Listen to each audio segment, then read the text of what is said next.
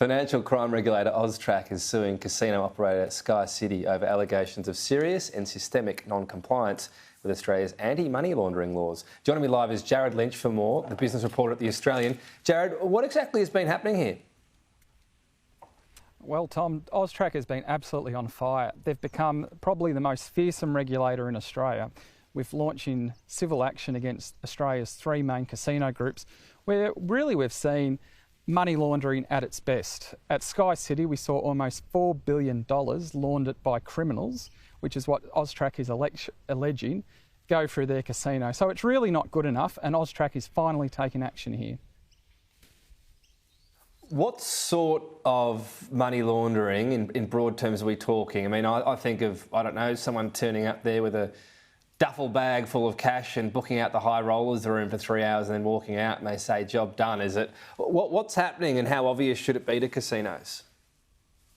Oh, it's been very obvious. I mean, going through the court documents, what we're seeing is a culture of ask no questions, where they don't seem very interested in what the source of wealth is off their punters, which is contravening anti-money laundering and counter-terrorism financing laws. I mean, going through the court documents, we're seeing people bringing in money in bags with dirt on it, which is a clear sign it has been buried, and also that it might not be from a legitimate source. I mean, crime doesn't pay unless you're able to wash your money, and Australian casinos over a number of years have been doing the work on, whether it's unwittingly or just asking no questions, have been doing the work of criminals to make their money appear clean and legitimate. It's clearly not good enough.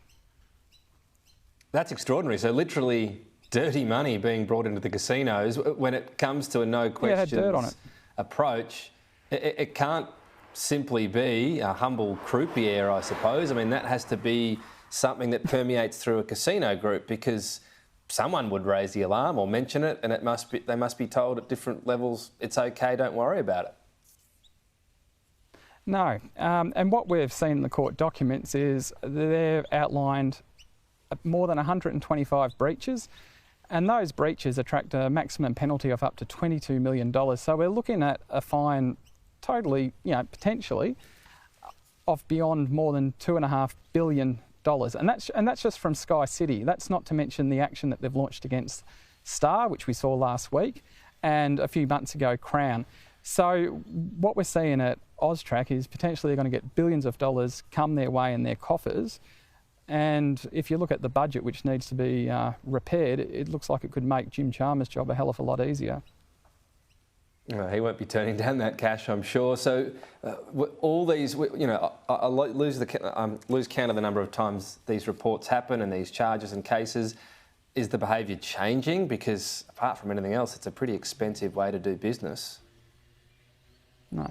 So when I said that we're looking at potentially more than $2.5 billion in fines just from SkyCity, AUSTRAC isn't in the business of bankrupting casino groups. That said, they want a fine that is strong enough and high enough to act as a deterrent that will lead to a relapse in behaviour.